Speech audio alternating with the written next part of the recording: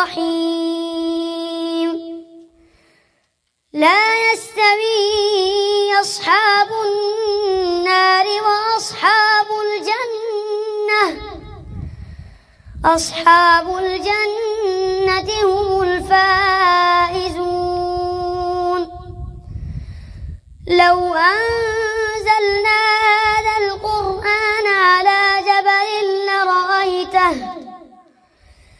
على جبل لرأيته خاشعا متصدعا من خشية الله وتلك الأمثال نضربها للناس لعلهم يتفكرون هو الله الذي لا إله إلا هو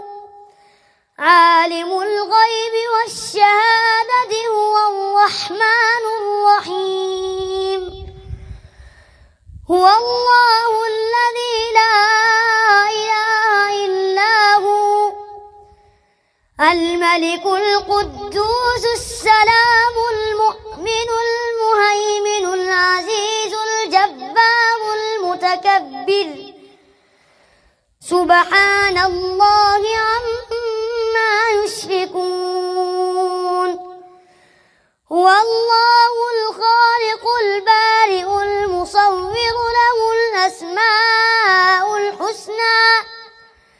يسبح له ما في السماوات وما في الأرض